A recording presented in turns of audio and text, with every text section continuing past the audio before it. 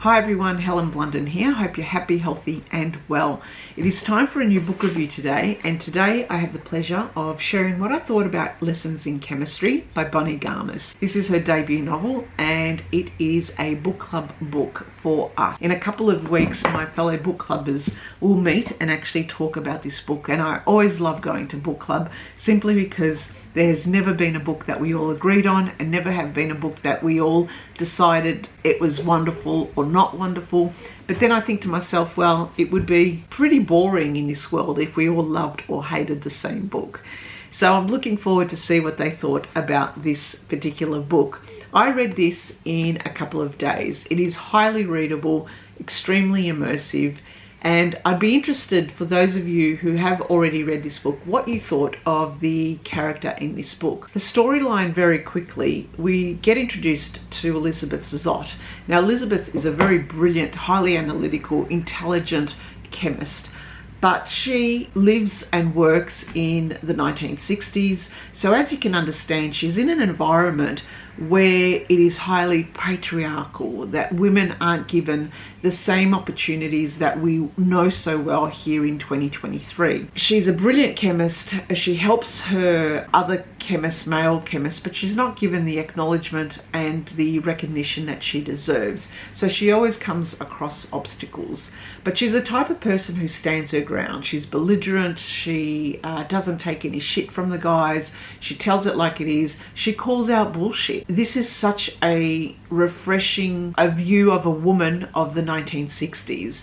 And I guess part of me started to find this a little bit incredible the more I read into the book. Now, I started to think maybe initially Elizabeth was neurodiverse. She was very belligerent. She didn't take into account what others thought, or even take into account and ask questions why they thought things in a certain way. So I started to think that she actually lacked self-awareness and empathy.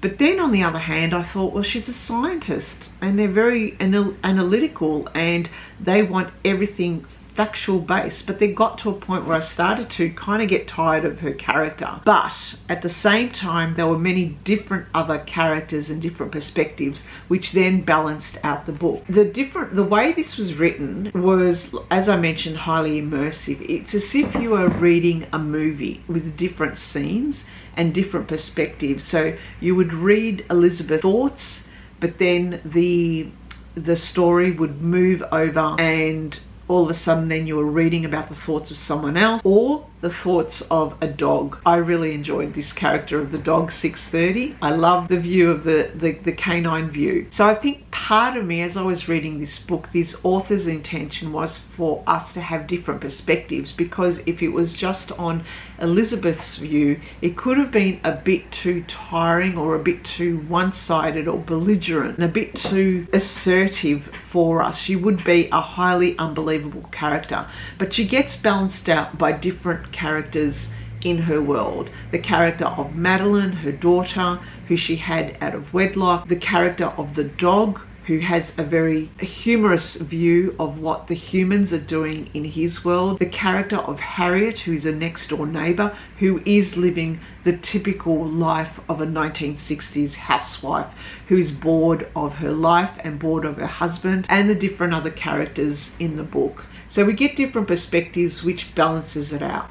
One of the other things I noticed in this book was, as I was reading it, I felt I was an audience member. Rather than being a reader, I was like one of the audience members of Elizabeth when she was doing her cooking show. Part of the story is she did a cooking show called Supper at 6, where she explained the meals in very analytical and chemical terms, much to the annoyance of the TV producers, who wanted her to do things in a little bit more light-hearted, comical manner, and yet Elizabeth stuck to her guns to make everything scientific. But lo and behold, the women of the time were lapping it up, loving every moment of it, to the point that Elizabeth became an inspirational character for them, and that inspired them to do more and be more than just housewives. So in that sense, as I was reading this book, I started to feel as if I was more of an audience member, that I was watching Elizabeth do her thing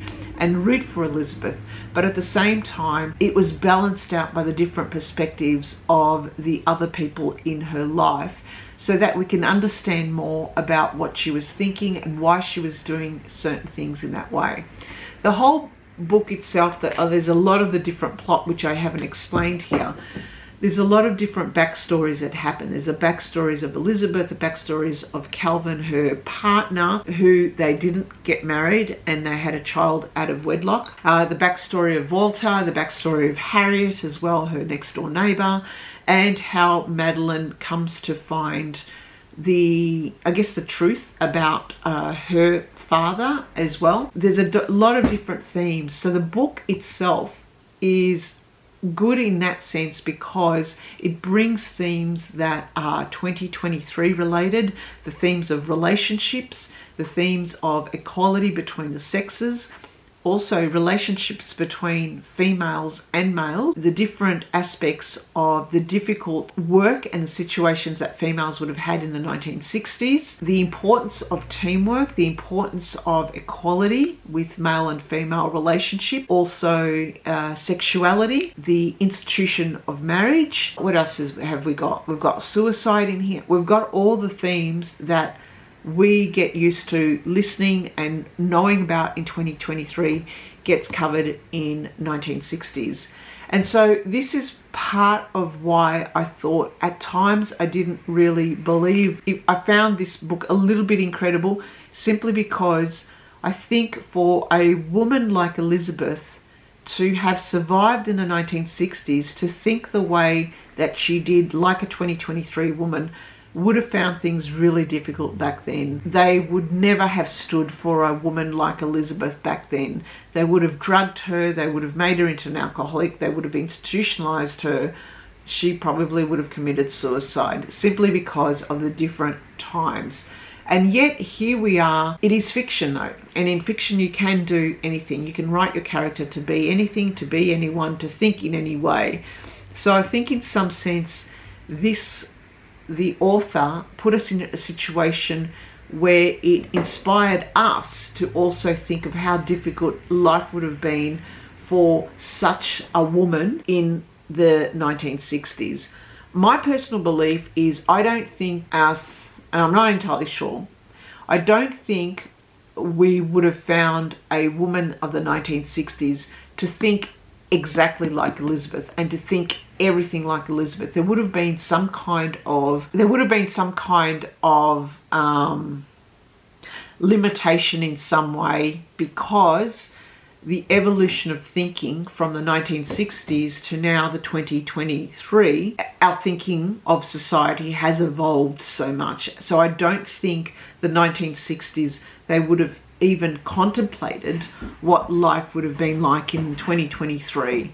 Equality of the sexes, question of religion, question of the marriage institution. I don't think they would have been in a position to think that way. It would have been a highly enlightened thinker, or a very different thinker of that time, to even think of the things that Elizabeth was thinking and actually doing in the 1960s. So in that sense, it was a little bit incredible for me. But at the same time, I start to think, well, it is fiction and it doesn't really matter. You can do anything in fiction. It was here to inspire some thinking and probably some discussion and debate in book clubs. That is my review and my life lessons of Lessons in Chemistry. Highly recommend this book. Let me know what you think if you've read this book. What are your thoughts? What did you get out of it? If you're doing it as a book club, also let me know if you're doing that. What did others think in your book club? All right, thank you for listening and thank you for watching. Bye for now.